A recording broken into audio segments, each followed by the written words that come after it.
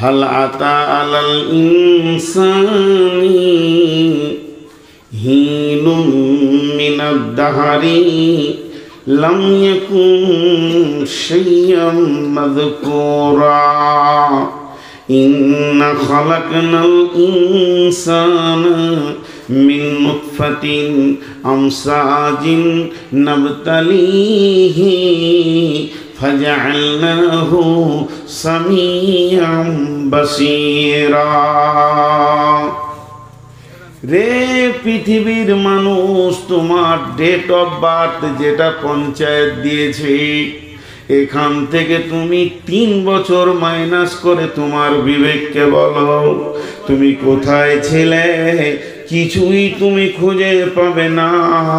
তোমার নামও ডাকা হয়নি, তোমার পরিচয় ঘটেনি, তোমাকে কেউ চিনত না, তোমার কোনো মূল্য বলেছিল না। আমি আল্লাহর কাছে তোমার কত কোটি বছর পার হয়েছে এ কথাও তোমার হিসাবের খাতাতে নাই।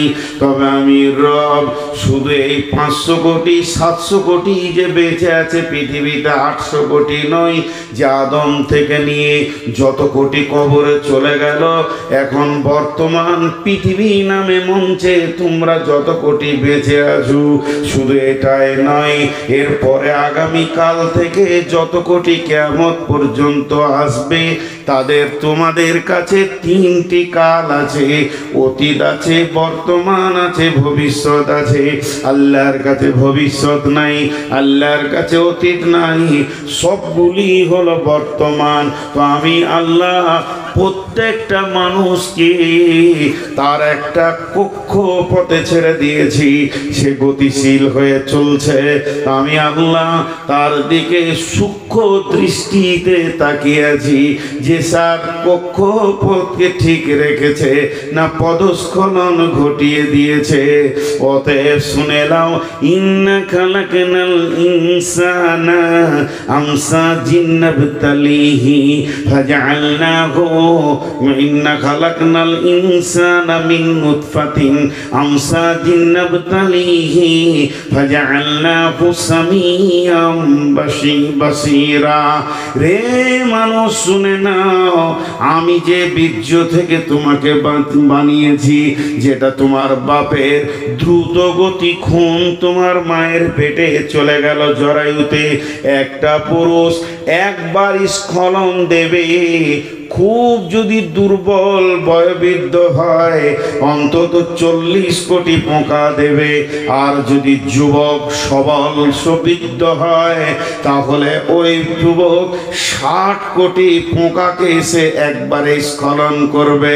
আমি বলছি না যে একবারে বাচ্চা হয়, মেনেই নিলাম যদি একবারে বাচ্চা হয় তো 60 কোটি পোকা একটা পুরুষের কাছ থেকে মহিলার কাছে জড়াই পৌঁছালো। 60 কোটির ভিতরে এবার যুবক আর বৃদ্ধকে মিলিয়ে মেজারমেন্টে 50 নিয়ে আসেন। 50 কোটি পোকা শুক্রাণু যখন একটা মেয়ের কাছে গেল, আল্লাহ রব্বুল আলামিন সূরা দাহরে বলছেন তার ভিতরে একটি সন্তান জন্ম নেবে, তাহলে 49 কোটি 49 কোটি 99 লক্ষ 999,999,999টি পোকা কোথায় গেল? গোসলের পানিতে চলে গেল, পচে গেল, নষ্ট হয়ে গেল। তাদের আধার কার্ড হলো না, তাদের ভোটার কার্ড হলো না, তাদের রেশন কার্ড হলো না, তাদের পৃথিবীতে কোনো পরিচয় হলো না, তারা মাধ্যমিক দিল না, এইচএস দিল না, মাওলানা হলো না, হাফেজ হলো না, কারি হলো না। তাদের জন্য মা বাপ কোনোদিন বেদনা দিয়ে কাঁদতেও বসলো না।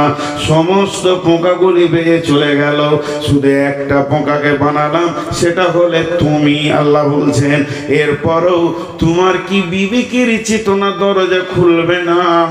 কয়েকশো কোটি বছর রবের কাছে থাকলাম, ওই রব আমার বডিকে বানানোর জন্যে মা বাপের প্রেম বাঁধনে তাদের একটা ক্রস দিল, তার ভিতর থেকে শুক্রাণুকে পৌঁছে মায়ের ডিম্বাণুর সঙ্গে দিয়ে আত্মাকে সম্পৃক্ত করে পৃথিবীর বুকে পাঠিয়ে দিল এবং শ্রবণ শক্তি, দৃষ্টি শক্তি দিল। শুধু তাই নয়, এতটা দেওয়ার পর আল্লাহ হালকা করে বলে দিলেন, ইম্মা শাকিরা ওয়া ইম্মা কাফুরা, তোদের মন গেলে আমার শুকরিয়া করবি, আর যদি তোদের মন না চায় তো আমার বিরুদ্ধে মুখ খুলে দিবি।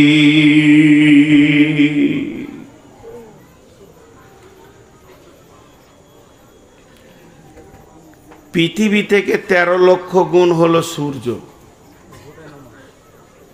সূর্য থেকে কোটি কোটি কোটি গুণ বড় হলো তারা। সৌরজগতে কতগুলো গ্রহ আছে আর কতগুলো উপগ্রহ আছে, বিজ্ঞানীরা গুণে শেষ করতে পারেননি, আর কিয়ামত পর্যন্ত পারবে না। বিজ্ঞানীরা গুণে শেষ করতে পারেনি, আর কিয়ামত পর্যন্ত পারবে না। কিন্তু একটা কথা জেনে রাখেন, সমস্ত গ্রহ তার নিজের কক্ষপথে চলছে, এখনো একজনও পদস্খলন ঘটায়নি। সূর্য না, বুধ না, মঙ্গল না, আসমান জগতে যত তারা আছে, পৃথিবী তার কক্ষপথে চলছে, চাঁদ তার কক্ষপথে চলছে। শুধু 3.5 হাত মানুষ আল্লাহর দেওয়া আইনে চলছে না। ঝামেলাটাই শেষ। শুধু 3.5 হাত মানুষ আল্লাহর দেওয়া আইনে চলছে না, এরা নিজের নিজের মন মতো আইন তৈরি করে নিয়েছে। মা বোন, ধৈর্য ধরে শুনেন, কিছু কথা আসবে। আমি চলি না, আপনি চলেন না এটা নয়, আমরা চলতে পারছি না। কি অবস্থায় আমরা নিজেদেরকে মানুষ হিসেবে গণ্য করে রেখেছি। তারপরেও জানেন, ক্ষুদ্র একটা প্রাণীর কাছে চলে যাই, বৃহৎ থেকে একবারে ক্ষুদ্র, সেই প্রাণীটার নাম হলো পিপুলিকা। সাদা বাংলায় আমরা চলতি ভাষায় বলি পিঁপড়ে। পিপুলিকা পিঁপড়ে। পিঁপড়ের কয়েকটি ভালো গুণ আছে। এই এই এই এই পানির বোতলটা আমাকে দে, এখানে তোকে ওভার শেয়ার করা হয়েছিল। 2 ঘন্টা পানি না খেলে মরে যাবে, এতগুলো রোজা পার করলে এই অভ্যাসটা করতে পারেনি।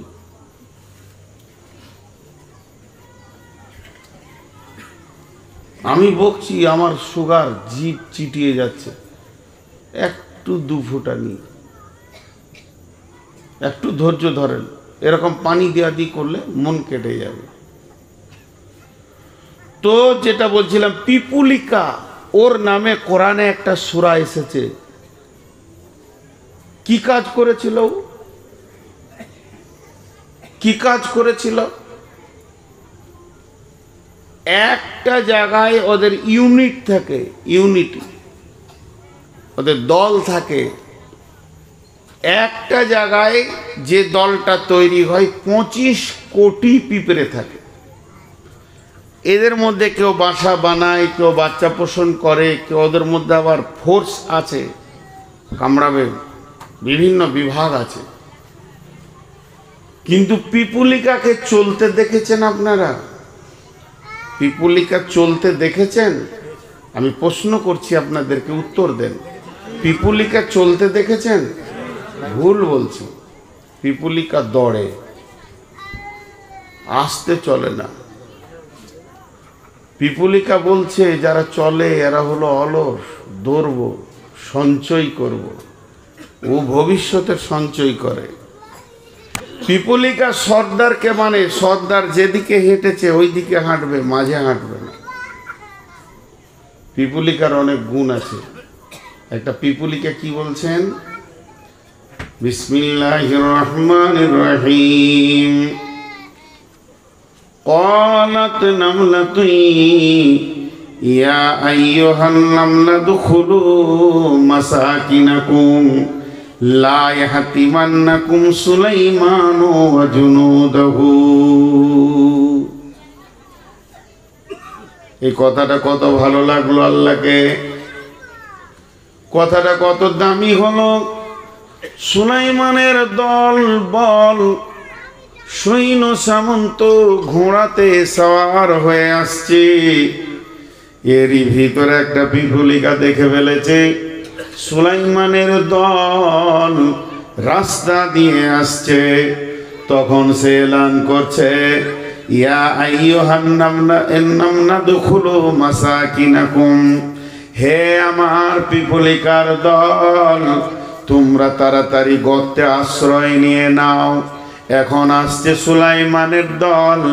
লা ইয়াতিমান্নাকুম সুলাইমান ওয়া জুনুদাহু, সুলাইমান এবং তার দল তোমাদেরকে চোখে স্বাভাবিকভাবে দেখতে পাবে না, ইহতেমাদ করতে পারবে না, তাদের চলমান কাফেলাকে ব্রেক করবে না। অতএব ঘোড়ার খুঁড়ে তোমরা পদপিষ্ট হয়ে মারা যাবে। অতএব তোমরা গর্তে ঢুকে যাও। সুলাইমান কথাটা বুঝছেন, হেসেছিলেন। আর আল্লাহকে কত ভালো লাগলো, আল্লাহ কোরআনে তুলে দিলেন জিবরাইলকে দিয়ে, যাও নবীকে বলে দাও এটা পিপুলিকাতে বলেছিল। একটা পিঁপড়ে জাতির চিন্তা করে, একটা মুড়ি যদি আপনি ফেলে দেন তো একটা পিঁপড়ে আসবে, দ্বিতীয় জন আসবে, তৃতীয় জন আসবে, পিঁপড়ে কাউকে তাড়বে না, চল সবাই ভাগ করে খাবো। জায়গা পেয়েছে না, একজন ঘাড়ে চড়েছে, ওকে বলবে না নেমে যা, তুইও ভাগ পাবি, চল। পানিতে ভেসে গেলে একে অপরকে ধরে, তারা ইউনিটি ক্ষমতা খুব রাখে। শুধু তাই নয়, ওই পিপুলিকা খাবারটা যখন নিয়ে যাবে একে অপরকে তাড়ে না। এর বিপরীত হলো কুত্তা। যদি একটা হাতি মরে যায়, ও 20 বছরে শেষ করতে পারবে না, তারপর আর এক কুত্তাকেও লাগতে দেবে না, আগে তেড়ে আসবে তারপরে খাবে। তুই কি খাবি? তা আল্লাহ তাবারক ওয়া তাআলা এইটাকে কোরআনে দিলেন কেন? এর থেকে আমি কি ওষুধ নিব আমার জীবনে, আমি কি তাবলীগ পাবো এখান থেকে? আল্লাহ বলতে চাইছেন, মানুষ, হে ইনসানের দল, তোমাদেরকে সুন্দর অবয়ব দিয়ে আমি বানালাম, তোমাদেরকে আমি নিজের হাতে বানালাম, তোমাদেরকে আমি চেতনা, উদ্দীপনা, বিবেক, বিবেচনা দিলাম, তোমাদের ভিতরে আমি নানান উপকরণ দিয়ে তোমাদেরকে এত সুন্দর বানালাম। হে মানুষ, তুমি পিপুলিকার কাছে টিউশনি নাও, পিপুলিকার কাছে পড়াশোনা করো। একটা পিঁপড়ে জাতির জন্য পেরেশান হয়ে গেছে, সে নিজে বেঁচে গেলেই যেত তা নয়, সে জাতির জন্য এত পেরেশান।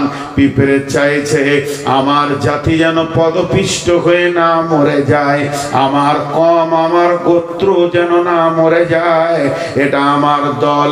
হে মানুষ, তোমার কি বিবেকটা বলে না, আমি যে পাড়াতে বাস করি, আমি যে গায়ে বাস করি, তারা 25 কোটি পিঁপড়ে আছে, আমরা 2,500 মানুষ এখানে বাস করি, একজন আর একজনের উপকারের জন্য চলে যাব। উপকার ফিদ দুনিয়া, উপকার বিদ দুনিয়া, দুনিয়ার উপকার সেটা কেমন, উপকারটা কেমন? এই দুনিয়ার উপকার হচ্ছে তার অসুখ বেসুখ হয়েছে খবর নিব, তার কাছে আমি হেল্প করব, তাকে আমি তার পাশে দাঁড়াবো। বিশ্ব নবী ব্যাপারে সচেতনতা দিয়ে দিয়েছেন। ওই ব্যক্তি মুসলমান নয়, ওই ব্যক্তি মুসলমান নয়, ওই ব্যক্তি মুসলমান নয়, ওই ব্যক্তি মুসলমান নয়, 3 বার বলেছেন, ওই ব্যক্তি মুসলমান নয়, ওই ব্যক্তি মুসলমান নয়। যে ব্যক্তি এ কথা জানার পর নিশ্চিতে শুয়ে গেল যে আমার প্রতিবেশী আজকে খেতে পায়নি।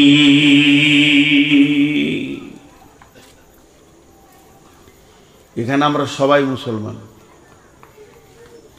কিন্তু আপনার প্রতিবেশী না খেয়ে আছে আজকে, এই খবরটা যিনি জেনে নিশ্চিন্তে শুতে পেরেছেন,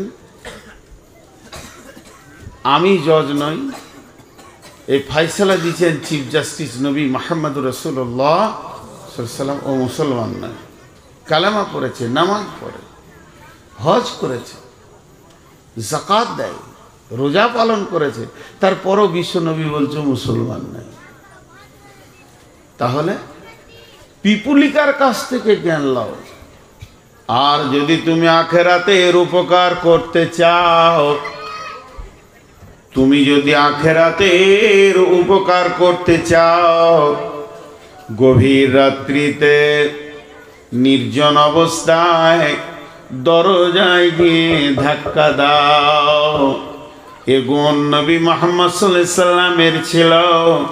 এবং হযরত ওমর ফারুক রাদিয়াল্লাহু তাআলা আনহু দেখিয়ে গেছেন। দরজায় ধাক্কা দাও, ভাই আব্দুল করিম রে ভাতিজা, তুমি মসজিদে যাও না, আমার মনে বড় ব্যথা হয়, তোমারকে দেখে আমাকে বড় ভালো লাগে, তুমি আমার কত কথা শোনো, তোমাকে এখনই যদি কোনো কাজে পাঠাই তুমি এখনই দ্রুত গতিতে দৌড়বে, তুমি না বলবে না আমি যে উপকার তোমার কাছ থেকে পাই। কিন্তু মসজিদে না গেলে রে বাবা, কিয়ামতের দিন জাহান্নামের ফেরেশতা তোমাকে টানবে, সেদিন আমি সহ্য করতে পারবো না রে বাবা, মসজিদে তুমি চলো। ও আমার মা, ওরে আমার বৌমা, ওরে আমার খালা, তুমি পর্দার ভিতরে ঢুকে যাও। আমাকে দুনিয়াতে নিজের জাতিকে একদিকে পৃথিবীর কষ্ট থেকে বাঁচানোর জন্যে, আর একদিকে কিয়ামতের ময়দানে জাহান্নাম থেকে বাঁচানোর জন্যে আমি যেন জাতির জন্যে পেরেশান হয়ে যাই, আমি নিজেকে ওয়াকফ করে দিই জাতির জন্য, আমি বলিষ্ঠ হয়ে যেন দাঁড়িয়ে যাই। তো আল্লাহ তাবারাক ওয়া তাআলা বলছেন, কুনতুম খায়রা উম্মাতিন, তোমরাই হলে শ্রেষ্ঠ উম্মত, উখরিজাতি লিন-নাসি, তোমরা মানুষের জন্য বেরিয়ে যাবে, তা'মুরুনা বিল মা'রুফি ওয়া তানহাউনা আনিল মুনকারি ওয়া তু'মিনুনা বিল্লাহ, তোমরা সৎ কাজের আদেশ করবে, অসৎ কাজের নিষেধ করবে, এবং আল্লাহর উপরে কামিল ঈমান আনবি।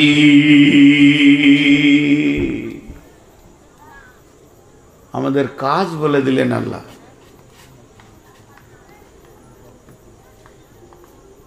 কম, জি, কম মানে গোষ্ঠী, কম মানে গোত্র, কম খানদান। আপনাদের বিরক্ত লাগছে নাকি? পানি খেতে দিন, তো রাগ করলেন নাকি? আমি একটু বিয়াদব, রিংটাল, হুঁশ কম, সবর করেন, সবরে অনেক সম্পদ পাওয়া যায়। বিরক্ত হয়েছেন নাকি? কমের মানে করলাম, পৃথিবীতে যতগুলি নবী এসছেন, কেউ বলে 1.5 লাখ, 1,24,000, কম বেশি যা এসছেন একরিটি গণনা কেউ বলতে পারবে না। কোরআনে 30 থেকে 40 জন নবী হাদিসের পাতাতে পাওয়া যাচ্ছে, যাদেরকে আল্লাহ মজবুতভাবে যাদের বর্ণনাগুলো করেছেন। তবে কম বেশি 1.5 লাখ ধরেন, 1,24,000, একরিটি কোনো গণনা নাই। তার মধ্যে একটা নবীকে এক পাশে রাখেন, সেটা হলো নবী মুহাম্মদুর রাসূলুল্লাহ। ইনি নবীদের নবী, নবীদের ইমাম। বাকি যতগুলো নবী ছিলেন যত রসুল ছিলেন তাদের যুগে যে মানুষগুলো বেঁচে ছিল তাদেরকে বলা হয় কওমে মুসা, কওমে হুদ, কওমে লূত, কওমে সলেহ, কওমে ঈসা, কওমে হারুন, কওমে দাউদ, কওমে সুলাইমান। উম্মত শব্দটা তাদের পেছনে লাগানো যায় না। উম্মত শব্দটা পেয়েছে কে?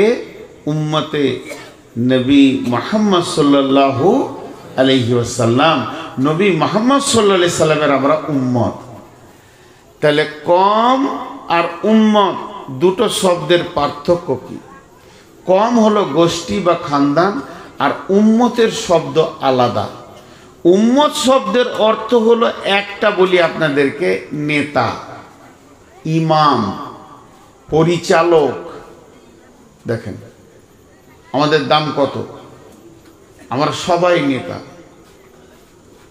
সবাই নেতা, সবাই পরিচালক। আর অন্য নবীদের জামানায় তাবলীগের সিস্টেম কি ছিল? তাবলীগ কে করবে না নবী করবে, কম করতে পাবে না, এরা সাথে যাবে, ওকে সাহায্য করবে। যখন হযরতে মুসা আলাইহিস সালাম তোতলা হয়ে গেছিলেন, যে কথা ভালো বলতে পারতেন না, তো আল্লাহকে বললেন, আল্লাহ তুমি আমার ভাই হারুনকে আমার সাথে দাও, সে আমার হয়ে কথা বলবে, দিয়ে তাবলীগ করব দুই ভাইয়ে। তো আল্লাহ তাবারক ওয়া তাআলা বললেন, নবী মুসা তুই হলি নবী, তোর ভাই হারুন নবী নয়, এ কাজ ওর নয়। ওকে আগে নবুয়তি দিব, তারপরে তোর সাথে পাঠাবো। নবুয়তি দিল, তারপরে পাঠালো, ভেজাল চুকে গেল। কিন্তু আল্লাহ তাবারক ওয়া তাআলা রাসূল কি বলে গেলেন? লা তাহজান ইন্নাল্লাহা মা'ানা। একটা কথা। 2 নম্বর বললেন বাল্লিগু আন্নি ওয়ালাউ আয়া। 3 নম্বরে বিশ্বনবী বললেন মান আতা আনিহি ফাদাখালাল জান্নাহ ওয়া মান আসা আনিহি ফাকাদ আবা। আল্লাহ তাবারক ওয়া তাআলা রাসূল বলছেন, যেদিন হযরতে মুসা আলাইহিস সালামকে ফেরাউনের দল তাড়তে শুরু করেছে, যেমন আপনাদের পেছনে নদী, ওই রকম নীল নদের কাছে গিয়ে পৌঁছালো, তখন ফেরাউনের দল বলছে, ও নবী মুসা, ঈমান এনেছি ঠিক আছে, কিন্তু মরার জন্য আসিনি। নবী মুসা বললেন, লা তাহজান ইন্নাল্লাহা মানি। হে আমার কম, তোমরা যারা আল্লাহর উপরে ঈমান এনেছো, তোমরা কালেমা পড়েছো লা ইলাহা ইল্লাল্লাহ মুসা কালিমুল্লাহ, তাহলে শুনে নাও, তোমাদের কোনো চিন্তা নাই, আমি নবীর সঙ্গে আল্লাহ রয়েছেন, আল্লাহ আমার সাহায্য করবেন, অতএব তোমরা কোনো বিপদকে বিপদ মনে করবে না, নীল তোমাদের কিছুই করে নিতে পারবে না। আমি নবী মুহাম্মদ আমি নবী মুসা কালিমুল্লাহ, আল্লাহর কালাম করনে वाला, আল্লাহর সাথে বাত করনে वाला তোমার সঙ্গে রয়েছি। কিন্তু যখন গারে শহুরে আল্লাহর নবী যখন হিজরতে বের হয়ে গেলেন, মক্কা ছাড়ার পালা পড়ল, মদিনা যেতে হবে, এমন সময় গারে শহুরের ভিতরে ঢুকে আছেন কে আছেন? না নবী মুহাম্মদ সাল্লাল্লাহু আলাইহি সাল্লাম আছেন, সঙ্গে কে আছেন? আবু বকর সিদ্দিক রাদিয়াল্লাহু তাআলা আনহু আছেন, এরা দুইজনেই সেখানে রয়েছেন। এমন সময় আবু বকরের মুখটা ফ্যাকসা হয়ে গেছে। আল্লাহর নবী বললেন, লা তাহজান ইন্নাল্লাহা মা'ানা। আল্লাহর নবী বলেন, আবু বকর রে, তুমি চিন্তা করো না, তোমার আমার সঙ্গে আল্লাহ রয়েছে। তাহলে দুইটা নবীর কথার কত পার্থক্য। প্রথম নবী মূসা বললেন আমার সঙ্গে আল্লাহ রয়েছে, আমার সঙ্গে রয়েছে, কারণ আমার সঙ্গে রয়েছে। আর বিশ্ব নবী বলছেন আমাদের সঙ্গে রয়েছে। তার মানে উম্মত হওয়াতে কত লাভ। নবীর সঙ্গে যেমন আল্লাহ, নবীর উম্মতের সঙ্গে তেমনি আল্লাহ। আর ওদের নবীর সঙ্গে আল্লাহ কমকে সাহায্যকারী হিসেবে পাঠানো হয়েছিল। আল্লাহ ওদের নবী বলে দেবেন, তারপরে আল্লাহ তার সাহায্য করবেন। অতএব এত পার্থক্য আমাদেরকে কেন এই সম্মানে দেওয়া হলো, এতটা উঁচু পর্যায়ে কেন আনা হলো? কারণ শুনেলেন আল্লাহ একমাত্র দাওয়াতে তাবলীগের সঙ্গে রয়েছে। তাবলীগ যে করবে তার সঙ্গে আল্লাহ থাকবে।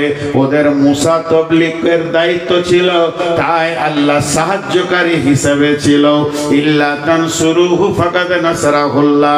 ওদের কওমে তাবলীগের দায়িত্ব ছিল না, অতএব তাদের সঙ্গে আল্লাহ ওই রকম তাবলীগী সাহায্য হিসেবে ছিলেন না। এমনি আল্লাহ বান্দা বান্দা আল্লাহ হিসেবে আল্লাহ আছেন। কিন্তু আমরা উম্মত কেমন? আমরা যে নবীর উম্মত, আল্লাহ রসুল বলে দিয়েছেন বাল্লিগু আন্নী ওয়ালাউ আয়া। তোমার কাছে যদি একটা আয়াত থাকে তুমি পৌঁছিয়ে দাও, তোমার কাছে যদি একটা শব্দ থাকে তুমি পৌঁছিয়ে দাও, তুমি যদি একটা ঈমান আকীদার কথা জানো তার একজনকে পৌঁছিয়ে দাও। তার মানে আমরা দায়িত্ব পেয়ে গেলাম। এর জন্য কোরআন বলছেন কুনতুম খায়রা উম্মাতিন। একটা, দুটা, তিনটে, চারটা, পাঁচটা, ছটা, 1000, 2000, 20000, 50000, 1 লাখ, 1,10,000, 1,20,000, 1,24,000, 25, 30, যতগুলো কম পৃথিবীতে চলে গেছেন, যতগুলো নবী পৃথিবীতে চলে গেছেন, সমস্ত নবী সমস্ত কমকে উম্মত বলা হয়নি। তাদের খায়র মানে হলো ভালো, তাদেরকে ভালো বলা হয়নি, খারাপও বলেননি। কিন্তু আমাদেরকে বলা হয়েছে কুনতুম খায়রা উম্মাতিন। তোমরাই হলে উত্তম উম্মত, তোমরা হলে দামি উম্মত, তোমরা হলে শ্রেষ্ঠ উম্মত, তোমরা হলে সব থেকে মূল্যবান উম্মত। কেন তোমরা দামি? কোন কারণে দামি? তোমাদের বিল্ডিং দামি, তার জন্য দামি। তোমাদের টাকা আছে বেশি, তার জন্য দামি। তোমার গাড়ি দামি, তার জন্য তুমি দামি। তুমি বড় ডিগ্রিওয়ালা, তার জন্য তুমি দামি। আল্লাহর জন্যটা বলে দিয়েছেন তা'মুরুনা বিল মা'রুফি ওয়া তানহাউনা আনিল মুনকারি। তোমরা এই জন্যই দামি,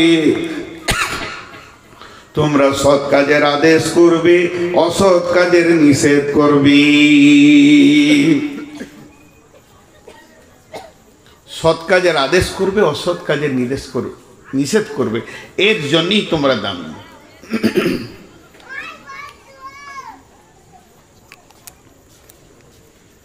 আমাদের দাম হওয়ার কারণ ওইটাই। ওই কারণ থেকে যদি আমি সরে থাকি তাহলে তো আমি দামি নয়। ওই কারণটা থেকে যদি আমি সরে থাকি তাহলে আমি দামি নই। জি, আজকে আমাদের অবস্থা কি মা বোন? একটু ভাবি, আজকের মেয়ে সেই দিনের মেয়ে। তাবলীগ পুরুষরাও করবে, মেয়েরাও করবে। তাবলীগ এমন একটা দায়িত্ব, পুরুষরা পুরুষের ভিতরে করবে, মেয়েদেরকে পর্দায় রেখে করবে, আর মেয়েরা মেয়েদের ভিতরেই করবে, পুরুষের মাঝে যাবে না। আজকে আমরা শেষ করতে করতে ইসলামকে অনেক সরিয়ে দিয়েছি। ভাইরা আমার, আল্লাহ তাবারাক ওয়া তাআলা বলছেন বিসমিল্লাহির রহমানির রহিম ওয়ামান আহসানু কওলাম মিম্মান দাআ ইলাল্লাহি ফাকালা ইন্নানি মিনাল মুসলিমিন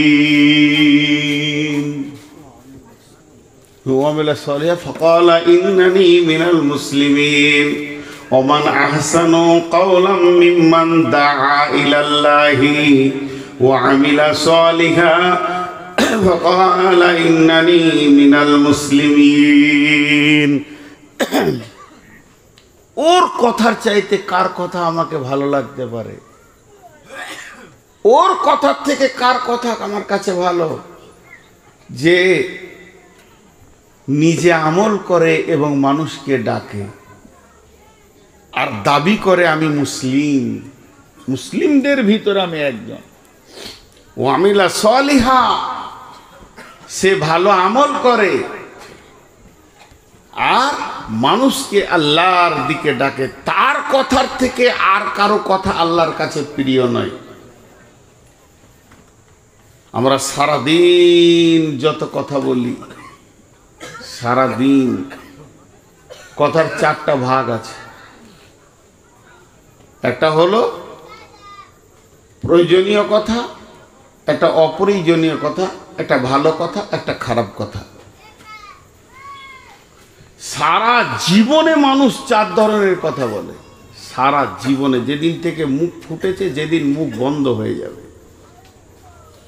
ভালো কথা, খারাপ কথা, প্রয়োজনীয় কথা, অপ্রয়োজনীয় কথা। প্রয়োজন আছে।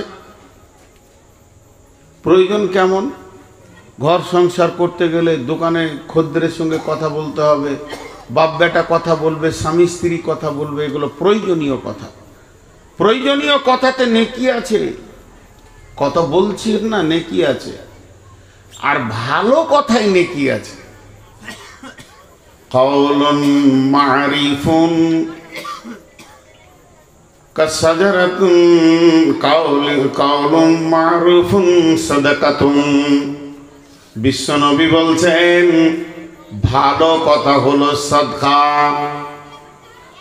আল্লাহ বলছেন কালিমাতিন তয়্যিবাতিন কাসাজারাতিন তয়্যিবাতিন, কালিমাতিন খাবিসাতিন কাসাজারাতিন খাবিসাতিন। এটা আল্লাহর ভাষা। আল্লাহ বলছেন যখন তুমি পবিত্র কথা বলবে, ভালো কথা বলবে, তো জেনে নাও তুমি ভালো গাছ লাগিয়ে দিলে। কালেমাতিন তয়্যিবাতিন কাসাজারাতিন তয়্যিবাতিন, আমি ভালো কথা বলবো, আমি একটা ভালো গাছ লাগিয়ে দিলাম। ওই গাছ থেকে ফল হবে, ফল থেকে গাছ হবে, গাছ থেকে ফল হবে, ফল থেকে গাছ হবে।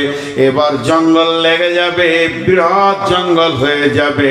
কিয়ামতের মাঠে আমি খালি একবার কাউকে বলেছি, ভাই আল্লাহর ঘরে চলেন, জুয়া ছেড়ে দেন, তাস ছেড়ে দেন, লুডু ছেড়ে দেন, দাবা ছেড়ে দেন, এই কথা বলেছি।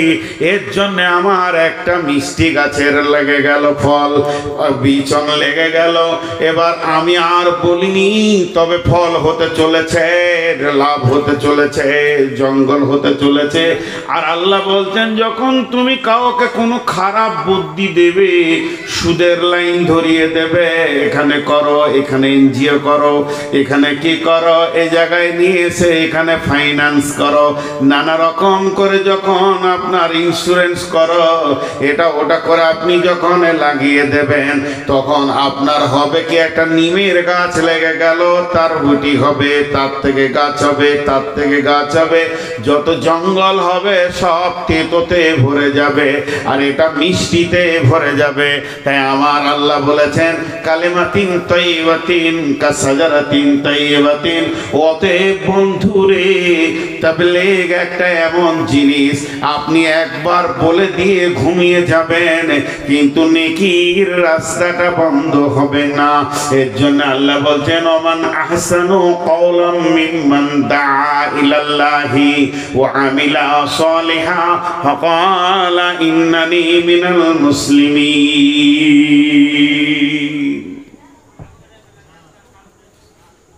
সূরা আসরটাতে একটা উদাহরণ দিব, বহুত লম্বা তাফসীর আছে। শুধু আসর শব্দটাকে নিয়ে তাফসীর করলে অনেক সময় যাবে। একটা উদাহরণ দিব, বুঝে নেবেন।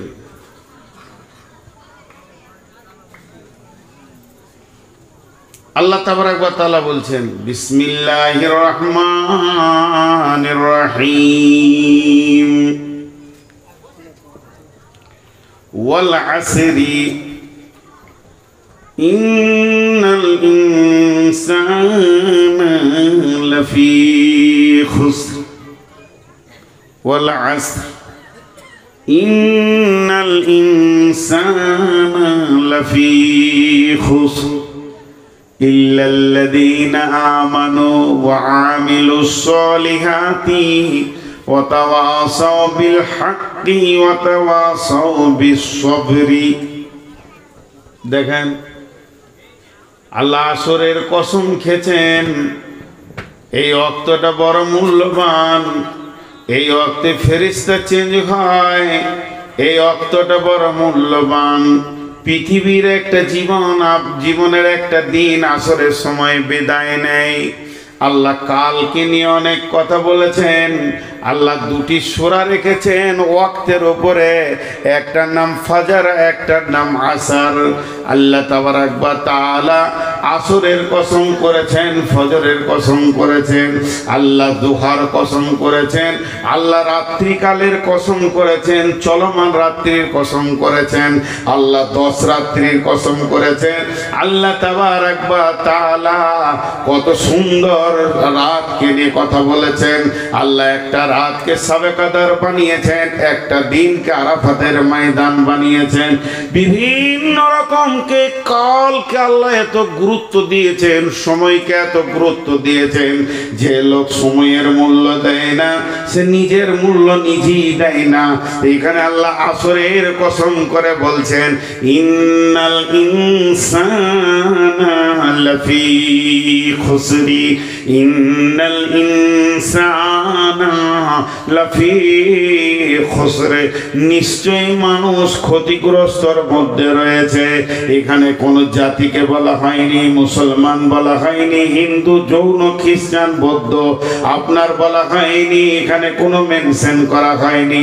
হানফি, সাফি, মালিকি, হাম্বলি, দেওবন্দি, শিয়া, সুন্নি, কাদরিয়ানি, চিশতিয়ানি, নকশবন্দি, ছোটর মিতর, রাজমিস্ত্রি, লেবার, ড্রাইভার বলে কিছু বলা হয়নি। এক কথায় আল্লাহ বলেছেন ইন্নাল ইনসানা, সারা পৃথিবীর বুকে যত মানুষ রয়েছে লাফি খুসরি, তারা ক্ষতিগ্রস্তর মধ্যে ডুবে রয়েছে।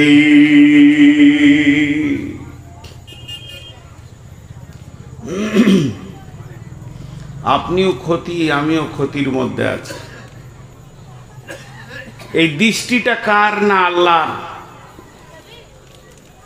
এই দৃষ্টিটা কার? আল্লাহ। এটা কোনো মানুষ বলেনি, কোনো মুফাসসির বলেননি, কোনো জিবরাইল বলেননি, কোনো নবী বলেননি।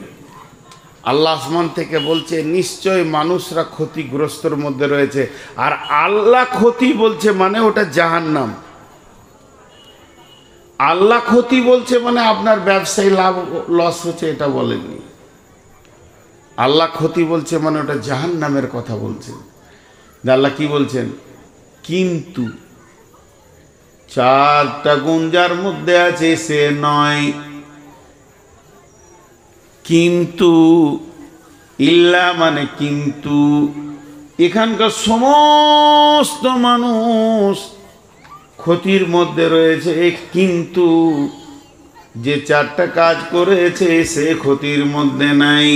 ইল্লাল্লাযীনা আমানু, যে ঈমান এনেছে, ওয়া আমিলুস সলিহাতি, ভালো আমল করেছে, ওয়া তাওয়াসাউ বিল হাক্কি, একে অপরকে হকের দাওয়াত দিয়েছেন, ওয়া তাওয়াসাউ বিস সবরি, আর একে অপরকে সবরের দাওয়াত দিয়েছে।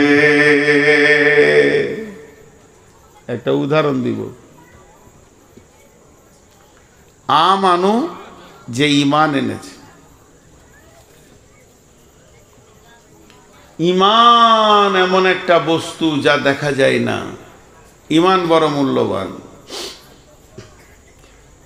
ঈমান হলো আমলের আত্মা।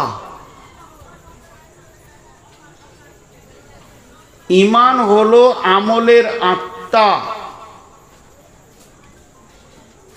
মা বোন, ঈমান হচ্ছে আমলের আত্মা। যে দেহে আত্মা নাই ওই দেহের মূল্য নেই। যে আমালে ঈমান নাই ওই আমলের মূল্য নেই। একটা মৃত মানুষের যেমন মূল্য, একটা মৃত গরু ছাগল ভেড়ার যেমন মূল্য, তার কোনো মূল্য নাই, পচে যাবে, সরে যাবে। যে পৃথিবীতে সমস্ত আমল করবে কিন্তু ঈমান রাখলো না, জেনে নিতে হবে ও মৃত, ওর আমল কাজে লাগবে না, ওর আমল কাজে লাগবে না। ঈমানবিহীন আমল কোনো কাজে লাগবে না। আমলে ছুটি আছে, আমলে ছুটি আছে, আমলে কম বেশি হলে ক্ষতি নাই, কিন্তু ঈমানে ছুটি নাই, কম বেশি হলে ক্ষতি আছে।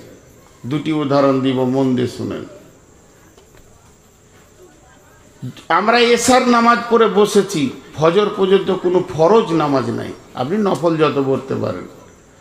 ফজরের নামাজ পড়ে নিব, জোহর পর্যন্ত কোনো মুফতি কোনো মুহাদ্দিস আপনাকে বলবে না যে আপনার নামাজ ফরজ আছে, এখন নফল পড়তে পারেন। জোহর পড়ে নিব, আসর পর্যন্ত ছুটি, আসর পড়ে নিব, মাগরিব পর্যন্ত ছুটি, মাগরিব পড়ে নেব, এশা পর্যন্ত ছুটি, এশা পড়ে নিব, আবার ফজর পর্যন্ত ছুটি। তার মানে দিনে 5 বার নামাজ। 1 মাস রোজা রেখেছি, শাওয়ালে রোজা রাখেন, অসুবিধা নেই, কিন্তু 1 বছরে 11টা মাস ছুটি হয়ে গেল, আর রোজা ফরজ নেই। কয়েকশো কোটি টাকার আপনি মালিক, একবার জাকাত দেবেন সারা বছরে, আর জাকাত দিতে হবে না, ছুটি। আপনি হালাল খোর, হারাম খোর নন। হজ জীবনে একবার, সারা জীবন ছুটি, টাকা থাকলে 20 বার করেন। তাহলে হজ জীবনে একবার, যাকাত বছরে একবার, যদি আপনার মাল থাকে তো হজও তাই। 3 নম্বরে রমজান 1 মাস, 11 মাস ছুটি। আর আপনার কিনা নামাজ হলো দিনে 5 বার, মধ্যখানে ছুটি। তো ঈমান কতক্ষণ? যেমন আমি নামাজ পড়তে গেলাম, টুপিটা লাগালাম, সালাম ফিরলাম, টুপিটা খুলে নিলাম, তার মানে আমি যখন নামাজে যাব ঈমানটা মজবুত করে নিব। সালাম ফিরবো, আবার বেঈমান হয়ে সুদের বসে যাব, জি না।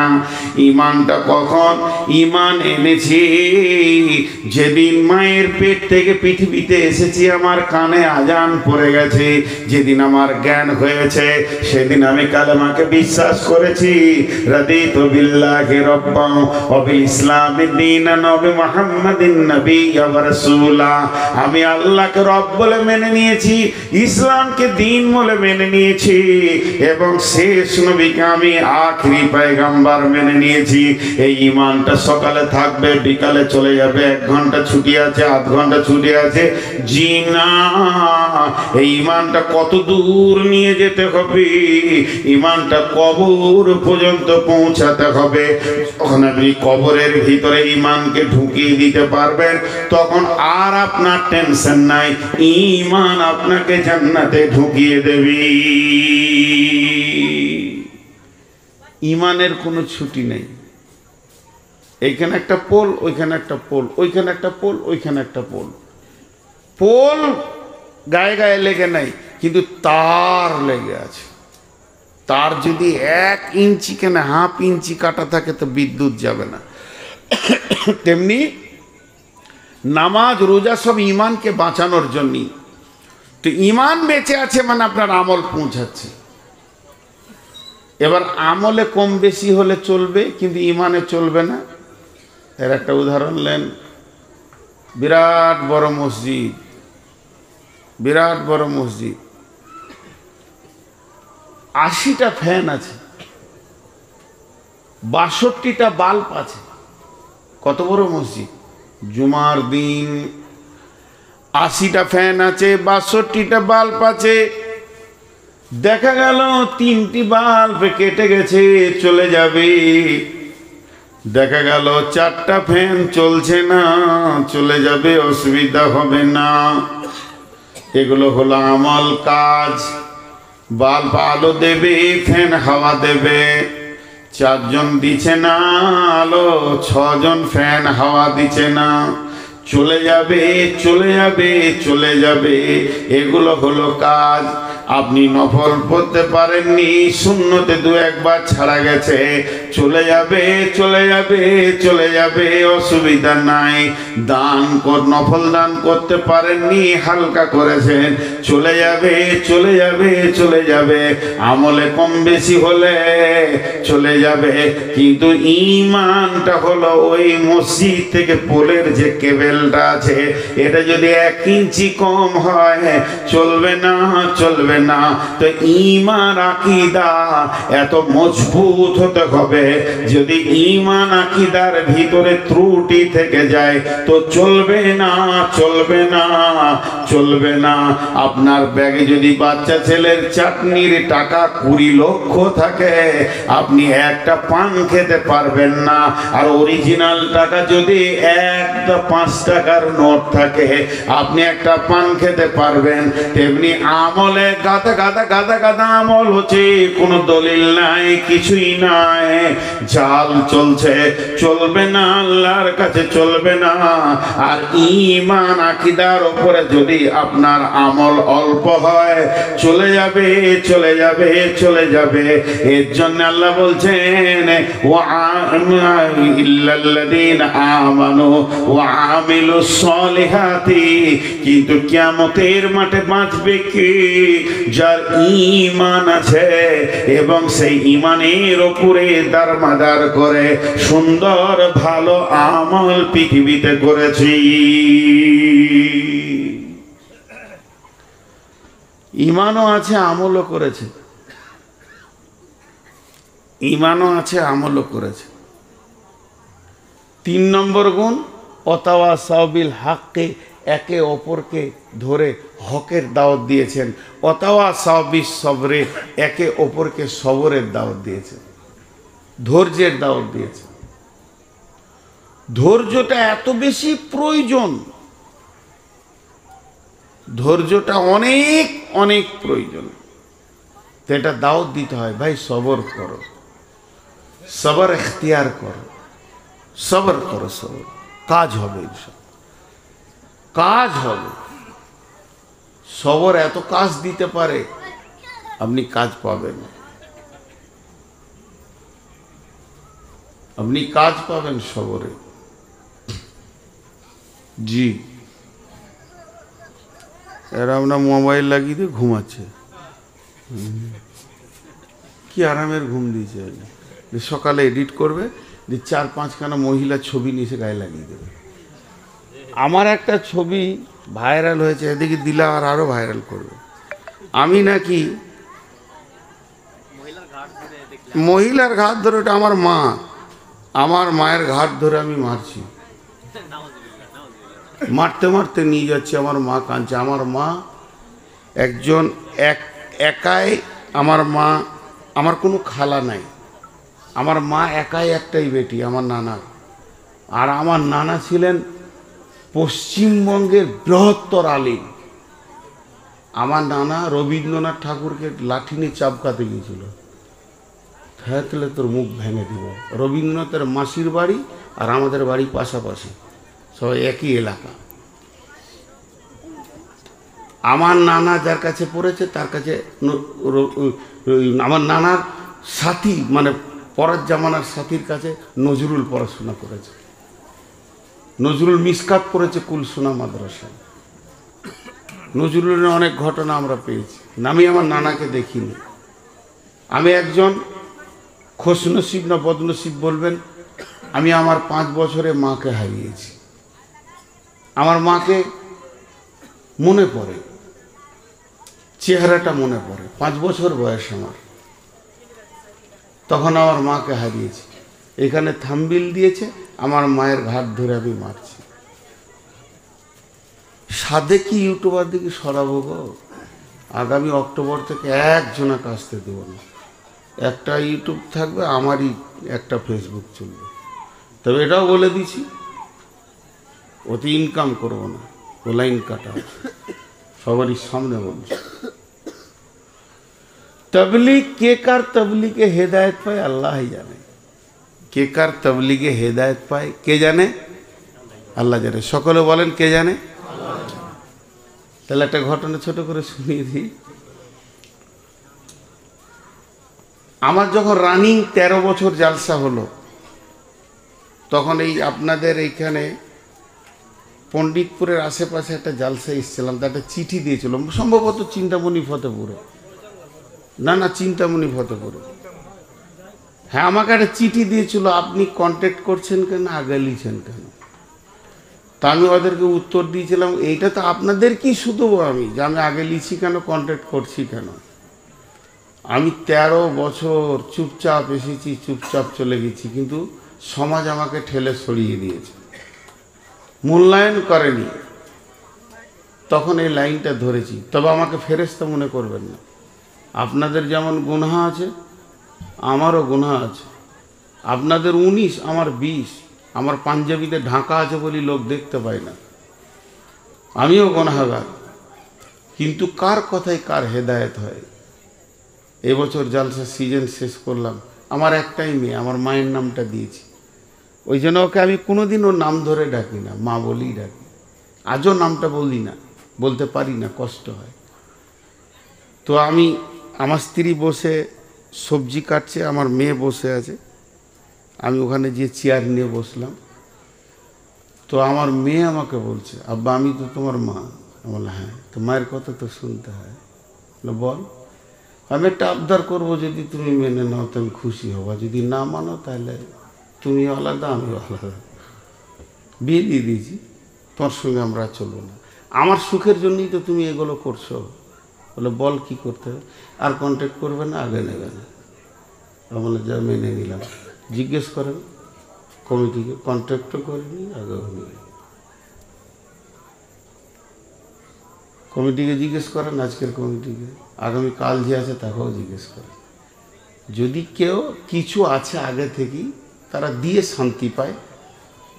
একজন ফোন করে বললো আমরা দিব না, দিতে হবে না। বললেন আমরা দিলে শান্তি পাবো, তাহলে দেন।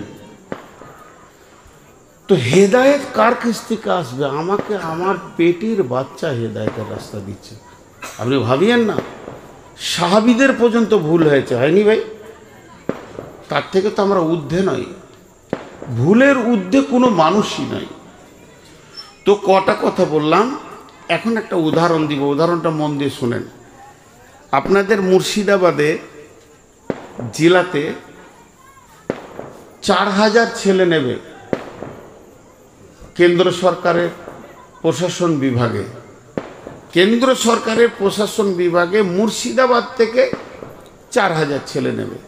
তো ওরা পেপারে বের করেছে কি, 4টা শর্ত দিয়েছে। 1 নম্বর, কম করে 5 ফুট 10 ইঞ্চি হাইট হতে হবে।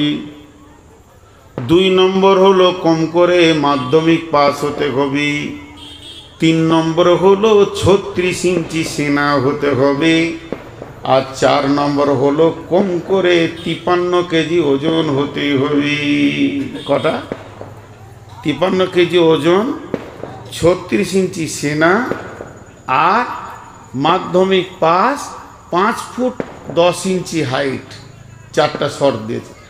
একটা ছেলে গিয়েছে, সে তো এইচএসে ফার্স্ট ক্লাস পাস, সিনাটাও 36 ইঞ্চি ঠিক আছে, আর হাইট হলো 5 ফুট 10 ইঞ্চি, সেটাও ঠিক আছে, কিন্তু ওজন হলো 40 কেজি। হলো না, চাকরি পেল না, লাইনে যেতে পেল না। এরপরে একটা ছেলে গেছে, ওজন 53 কেজি, 36 ইঞ্চি সিনা, 5 ফুট 10 ইঞ্চি হাইট, কিন্তু স্কুল জীবনে যায়নি, মূর্খ, হলো না। আর একটা ছেলে গেল, মেয়ে স্কুলে পাস করেছে, 53 কেজি ওজন হয়েছে, 5 ফুট আপনার কিনা 36 ইঞ্চি সেনা হয়েছে, কিন্তু হাইটটা হচ্ছে 3.5 ফুট। হলো না। তার মানে 4টার মধ্যে যদি একটা বাদ যায়, ওই ছেলেটা যেমন প্রশাসন বিভাগে, আর্মিতে বলেন, বিএসএফে বলেন, মিলিটারিতে বলেন, চান্স পাবে না। 4টার মধ্যে একটা বাদ হয়ে গেলে ওই বাদ হয়ে যাবে। আল্লাহ বলছে, তুমি কি জান্নাত যেতে চাও না জাহান্নাম যেতে চাও? আমার দৃষ্টিতে পৃথিবীর সমস্ত মানুষ ক্ষতিগ্রস্তর মধ্যে রয়েছে, তারা ক্ষতিতে পড়ে গেছে, শুধু বেঁচে যাবে কে? ইল্লাল্লাযীনা আমানু, যে ঈমান এনেছে, ওয়া আমিলুস সালিহাতি, ভালো আমল করেছে, ওয়া তাওয়াসাউ বিল হাক্কি, এবং হকের দাওয়াত দেবে, ওয়া তাওয়াসাউ বিস সবরি, এবং সবরের দাওয়াত দেবে। এই লোকগুলি বেঁচে যাবে। একটা লোক হকের দাওয়াত দিল, সবরের দাওয়াত দিল, ভালো আমল করলো, ঈমান আনেনি, এই লোকটা ক্ষতিগ্রস্তর মধ্যে রয়েছে। একটা লোক ঈমান এনেছে, আমল করে না, খালি হকের দাওয়াত দেয় আর সবরের দাওয়াত দেয়, সেও ক্ষতিগ্রস্তের মধ্যে রয়েছে। একটা লোক ঈমান এনেছে, আমল করেছে, সেই ঈমানদার এত আমল করে, গায়ের মধ্যে অত আমল কেউ করে না, কিন্তু জীবনে কাউকে তাবলীগ করে না, এও ক্ষতিগ্রস্তের মধ্যে পড়ে গেছে। তোমার আমল তোমাকে বাঁচাবে। তোমাকে নামাজ পড়ার জন্য পাঠানো হয়নি, নামাজ কায়েম করার জন্য পাঠানো হয়েছে। এরপরে একটা লোক আমল এনেছে, ঈমান এনেছে, আমল করে, হকের দাওয়াত দেয়, কিন্তু সবরের দাওয়াত দেয়নি, এই লোকটাও ক্ষতিগ্রস্তর মধ্যে রয়েছে। অতএব ইসলামকে বাঁচাতে গেলে এই চারটা বলিষ্ঠ গুণের প্রয়োজন আছে। এই চারটা গুণ যদি না থাকে, বন্ধুরে, ইসলামকে বাঁচানো যাবে না। মেয়েরা তাবলীগ করে কেমন করে? পুরুষরা তাবলীগ করবে কেমন করে? জি, মেয়েরা তাবলীগ করে না। সাহাবীটার নাম হচ্ছে আমর বিন জমু। সাহাবীটার নাম আমর বিন জমু। মাঝে একটা ছোট কথা বলিনি ভাই, বেয়াদবি মনে করবেন না, মাফ করে দিয়েন।